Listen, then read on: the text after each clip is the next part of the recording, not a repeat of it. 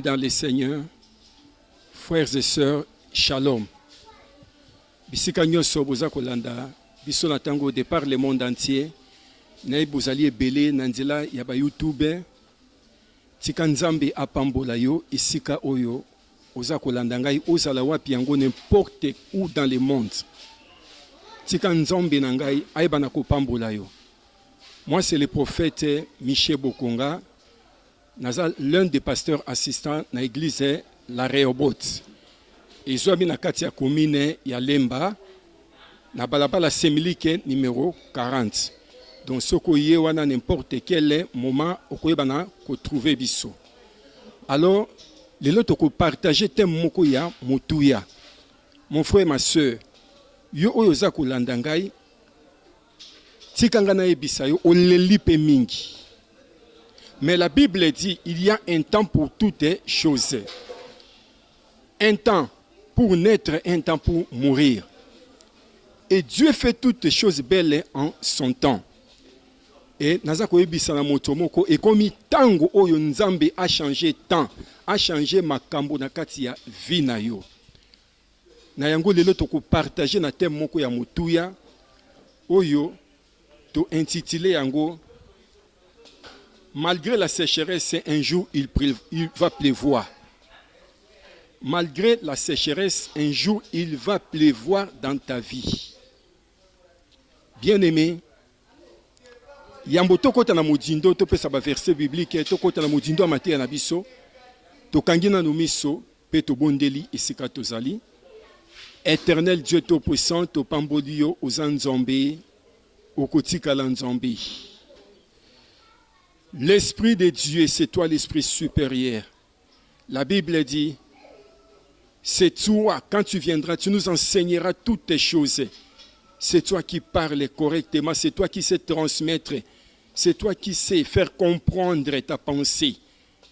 Cher Saint-Esprit, aide chacun de nous, tous ceux-là qui nous suivent de par le monde entier, à mieux comprendre, à mieux appréhender ces sujets importants. Et bénis tous ceux qui vont l'attendre. Et je sais que ce n'est pas pour rien que tu nous as transmis ces messages.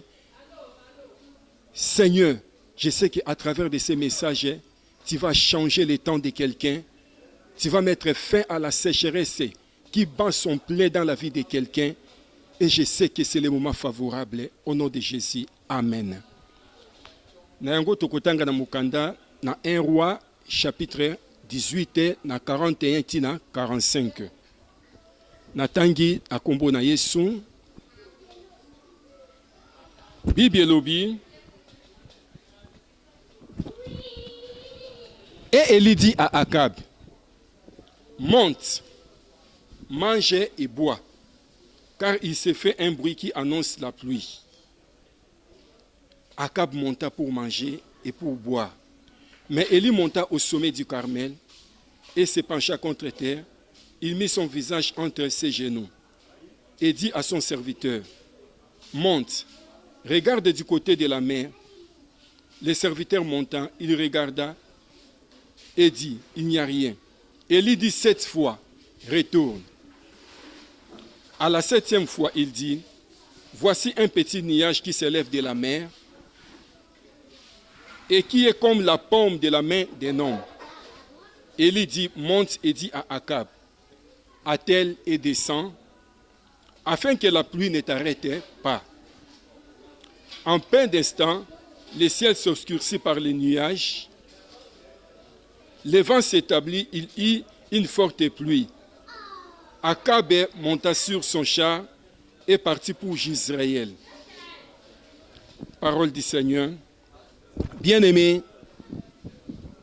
malgré la sécheresse, je rassure à quelqu'un. Naza ko rassurer na oyo iza ko landa biso na tango oyo. Nanzela na ba YouTube. Que bientôt là il va pleuvoir dans ta vie. Parce que j'entends un bruit qui annonce la pluie. J'entends un bruit. Oyo eza ko benda mbula. Oyo bientôt là ils vont mettre fin à la sécheresse na katia vie na yo. Bien-aimé, awa toza na époque oyo Élie azalaki le prophète majeur na kati ya Israël. Parce que tomoni était na kati ya Israël, Dieu se servait toujours d'un prophète pour parler à son peuple. Et Israël ba yokaka toujours mongongo ya prophète. Bible lobi na époque où tomoni Akab roi na kati ya Israël et abali Jézabel.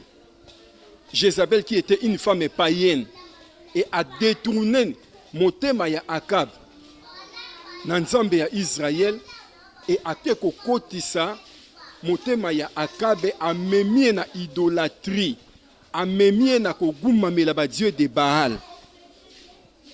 Et kanda na nzambe ekitaki likolo na Israël. Bien-aimé, Israël azalaki plongé na kati ya idolâtrie. Israël azalaki plongé. Abonsanaki était, il y a un Dieu redoutable, un Dieu véritable. Nzambe ya bakoko na Abraham, Isaac, Jacob oya kangolaka bango, apesi nzambe mokongo. Et ba Dieu ya Baal, bazaki ba Dieu moko ya fertilité. C'est-à-dire que ba Dieu ya pluie. Oyo ba betisaka bambula, oyo ba salaka makambo ya ndenge na ndenge. Metika ngana ebisayo. Peu importe la force de l'adversaire, peu importe, oyo nyonso monguna koki kosala, mais eza na nguya mon côté, eza na pouvoir mon côté. Oyo ekotika la kokokana na bonzambe ya Yesu Kristo. Bango ba milo ba kibiso tuzali sukisa. Toza banzambe ya fertilité. Eli oyo azalaki na nzambe, esengelaki alakisaki nazali ya nzambe. Bible lobi, un jour Eli abondeli epai na nzambe. Et Jacques alobi était, Eli était un homme de la même nature que nous. Il pria avec instance. Pona ete mbula esalanini ebetate sur toute l'étendue de la terre pendant 3 ans et demi. Et Bible lobi nini, Dieu écoute, Dieu est derrière la parole de son serviteur pour l'accomplir. Tala, keba na monoko, keba na maloba, oye bimaka na monoko ya moto na nzambe, oya zane pakolami. Oya zana onction likolo na ye. Basakana kana yango te. Aussitôt dit, aussitôt fait epai ya nzambe. Tango maloba ne zako bima epai ya nzambe, ezako produire ba effet. Soki za maloba ya malamu ekosale mandenge wana kaka moto na nzambe alobi. Soki za ya mabe ekosale mandenge wana ndenge moto na nzambe alobi. L'homme de Dieu, oya bengami epai na nzambe, il est la bouche de Dieu. Quand il parle, c'est Dieu qui parle. Keba basakana kana moto na nzambe ti. Eli atali Israël plongé na kati ya idolâtrie. Eli abondeli. Eli abondeli epai na nzambe avec instance. Que mbula ekangama ebeta lisusu te na Israël na étendue ya mokili pendant 3 ans et demi. Et Bible binini, comme Dieu ayoka kamaloba basali na ye, comme il confirme la parole de ses serviteurs, nzamba yoka ki yango iyo, et sur toute l'étendue de la terre na Israël pendant 3 ans et demi mbula ebeta ki lisusu te. Et toyebi comme conséquence, ceux qui mbula ezako beta te, tu as dit comme conséquence, ce qui, likolo ekangami, ba nuage, ezali te mo ezali makasi, et la terre, ezala qui frappait na sécheresse. C'est-à-dire que, atoloni bilona na yo, lokola mai ezali te, lokola mbula eza kobete te, moi bilona ona ebota, ekola ezate. Donc c'était pratiquement impossible. Même la rivière rebelle est comme qui desséchée. D'autant plus que Maï est ravitaka ba rivière et ravitaka ba fleuve. Donc Maï à l'époque est comme qui denrée rare. Pas si famine est kota ki na kati ya mokili. Mikakatano. Ya ndenge na ndenge e yaki na kati ya mokili pas manque ya pluie. On bata mokili baloba toloba mingi mingi na mokili l'eau c'est la vie. Et si ka oyo Maï ezali te vie ezalaka te. Lelo na mokili tozo mona ngonda kisa. L'eau est devenue une denrée rare. Eau potable na mokili est comme rare. na ba contre belé na mokili lelo bato bazako nyokwama par manque ya eau potable. Ndenge moko pe na tango wana ya Eli. Suite, conséquence, ya ndenge likole kanga baki mbule za kobeta te, maye koma kirar na kati ya mokili, bapasi, banzala, bamikakata na ndenge, et koma ki na kati ya mokili. Oui, bien aimé, na ebite ba moment, nini oza ko traverser, ton moment nini oza ko traverser dans ta vie. Et na koyebisa na yo, yo oza ko landangai. Yebaka yango, dans la vie de tout homme ici-bas, eza na tamoko babengaka période ya vache, grâce, et eza na tango moko oyo moto nyonso alekisaka période ya vache maigre. C'est-à-dire que ba moment difficile, ba moment ya sécheresse. Et message oyo naza ko adresser yango na moto oyo aza ko lekisa moment ya vache maigre. Moment ya vache maigre na eumeli mingi dans ta vie. Moment ya sécheresse wana eumeli mingi dans ta vie. Liboso na oza komona aucune ici. Oza koyeba te ndenge na ko s'en sortir. Et de l'autre côté, l'ennemi, le diable aza ko tendre yo loboko. Yake pa inangai okozwa boy. Aza ko la kiso vie à facilité. Mais laisse-moi te dire, la Bible dit, telle voie paraît droite pour un homme, son issue c'est la mort. Laisse-moi te dire, malgré la sécheresse, il va pleuvoir sur toi. Malgré la sécheresse, je t'assure, je te rassure, bientôt il va pleuvoir. Fini l'état de sécheresse dans ta vie. Oumelipe mingi na kati ya vie ya bokauki. Oumelipe mingi na période ya vaste grâce dans ta vie. Tikanga na ebisayo, nazo mona loboko na Nzambe. Tikanga na ebisayo, nazo mona nkembo na Nzambe bientôt eza kokita na kati ya vie na yo. Un jour, kaka Eli wana, oyo na maloba na ye, likole kangamaki. Un jour, kaka Eli wana, Bible lobi, amati na ngomba ya Carmel, avec son serviteur Élisée. Ayebisi na serviteur na ye, kende vers la mer. Eloko nyonso yo komona, yaka koyebisa ngai. Bible lobi, Élisée, le serviteur ya Élie, tanga ke pour la première fois. Amoni signe mon côté. Amoni eloko mon côté. Ayebisi na Élie, namoni eloko mon côté. Élie ayebisi ezonga lisusu pour la deuxième fois. Pour la troisième fois, eloko côté, quatrième fois, cinquième, sixième fois. Ayebisi ezonga lisusu. Vers la septième fois, Bible lobi nini, atali vers la mer, amoni na mosika na likolo na mar, na mai, likolo na ebale, likolo na mer, ebale monene, mai monene. Amoni mwa nuage moko moke, nuage yango ezalaki pembe makasi, ezalaki lokola loboko na moto, ezako mata na mer, pe emataki na likolo. Et mwa nuage moko moke, azongi ayebisi na Eli. Nazomona lokola la paume de main d'une personne, d'un homme. Na likolo. Eli ayebisi ye. Kaka, loboko wana oyo eza komona sous forme ya nuage. Bientôt il va pleuvoir. Car la terre sécheresse eza kosila na kati ya Israël. Et bon, moi je me demande, tant que sécheresse en est régner na Israël, de par le monde entier, les dieux de Baal étaient où pour mettre fin à la sécheresse? Parce que bango bazaki ba nzambe ya fertilité, ba nzambe ya pluie, bazalaki wapi? Tala, na koyebise loko moko et sika oyo nzambe akangiko, Satana afungolaka te. Mais sika Satana kangi, nzambe afungolaka. Et sika oyo nzambe akangi, l'homme de Dieu qui a l'onction, aza capable na tango asakoli na tango lobi makambo vina yo efungama ata nzamba kangaki. Tomoni yango na Élie le sacrificateur. Bible lobi Anna était stérile. Qui avait rendu Anne stérile? La Bible dit c'était Dieu lui-même. Narandaki Anne stérile. Mais na liloba na moto na nzambe likolo na Anna stérilité koyaki nzamba yoka ki lo sambo ya moto na ye. Kaka nzambo yoka ki lo sambo ya Élie. Oya kangaki mbula pendant 3 ans et demi. Kaka nzambe wana un jour asembola ki loboko na ye. Tanazo mona loboko na nzambe likolo na bomoi na yo. Et Bible binini, cette pomme de main, cette petit nuage oyo ezalaki blanc likolo na mapata ekomaki monene.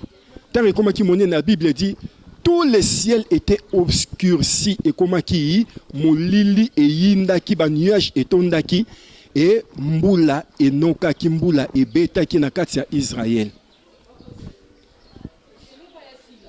Mbula enokaki ebetaki na kati ya Israël, c'était la fin de la sécheresse. Israël azongaki na kati ya abondance. Mai ekomaki denrée rare, ezongaki abondant na kati ya Israël. Ba pasi, ba famine esilaki na kati ya mokili.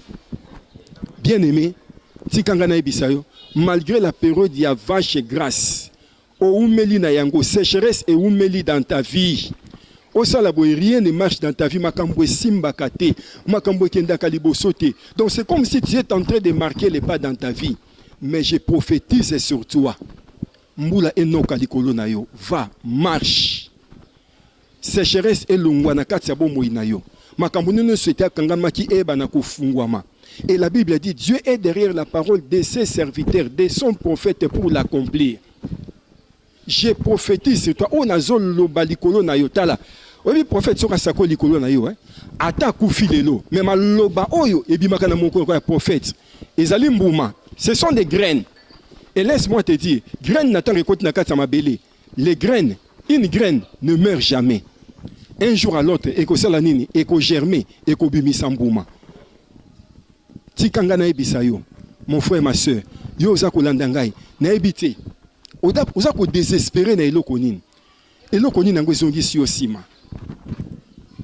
Papa sini yango. Oyo, eza kozangisa yo kimia. Oza komona ke oui, c'est fini dans ma vie. Namoni ate. Na kokufa kaka boye, na kokende kaka boye te. Na ebiso kokufa te. Avant kufa okomona gloire na Nzambe.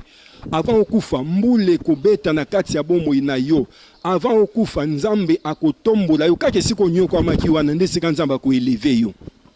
Kake siko oza komona pasi wana nde sika Nzambe akoeleve yo. Tala kobonga na vie eza pas nécessairement ko quitter Afrique parce que Afrique nzala pasi eleki tika na kende na Europe na kende na Asie na kende na Amérique kuna nde Eldorado.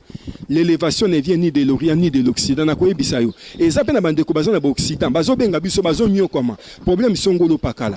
Et tozo bondia na nzela la losambo ya bato na Nzambe ya moto na Nzambe baza kozwa ba solution. Yangwana mon frère ma soeur yo za kolanda ngai tokomi na suka ya message na biso na lingi na sunga yo na lingi na bondela pona yo na sakola pona yo soki oza na konzima okolongwa na période ya vache maigre soki oza na konzima okolongwa na période ya sécheresse na temps ya sécheresse soki oza na konzima laisse-moi te dire crois seulement je mettrai la fin à sécheresse dans la vie na yo. Ce n'est pas moi, c'est mon Dieu. Parce qu'il confirmera tout ce que je vais prononcer sur toi. Où que tu sois de par le monde entier. Et si kozali, nazo senga na yo, okangami soto bondela, yo oza kolanda ngai, ozu lobo kona mobali otie na motema. Éternel Dieu Tout-Puissant, na tiki bandeko nyonso baza kolanda ngai na ba YouTube, eza na Kinshasa, na 1000 km à Kinshasa, na 2000, na 5000, na 10 000, na 20 000 km à Kinshasa. Et si kabazali, sembola loboko na bomo na bango, na leki, na ko mettre fin na période ya vache maigre, na période ya sécheresse, et oumeli mingi, na bomo ya moto moko oya za kolanda ngai. Par conséquent, na sakoli, fini la sécheresse dans ta vie. Par conséquent, en tant que l'homme de Dieu, na mettre fin na yango. Et bientôt là, c'est la pluie. Si ko kota na période ya vaste grâce. Si ko kota na période d'abondance dans ta vie, tika osepe la mbula enoka na bomoi na yo. Na noki simbula na bomoi na yo na kombo na Yesu Kristo. Kota na période de fertilité. Kota na temps ya jouissance. Kota na temps ya repos, na temps ya bopemi. Kota na kimia. Yo pe sepe na kati ya mokili. Ba démarche nyonso za kosala omona loboko na Nzambe, succès et accompagné yo dans le nom puissant de Jésus. Amen. Ngai prophète Michel Bokonga na bandi ne bandel na se présenter qui alors soko za na posé ba prière particulière. Yo za kolanda ngai partout même na RDC partout dans le monde entier. Nazo pesa yo numéro ya téléphone na ngai pona kozwa ngai 00 243 91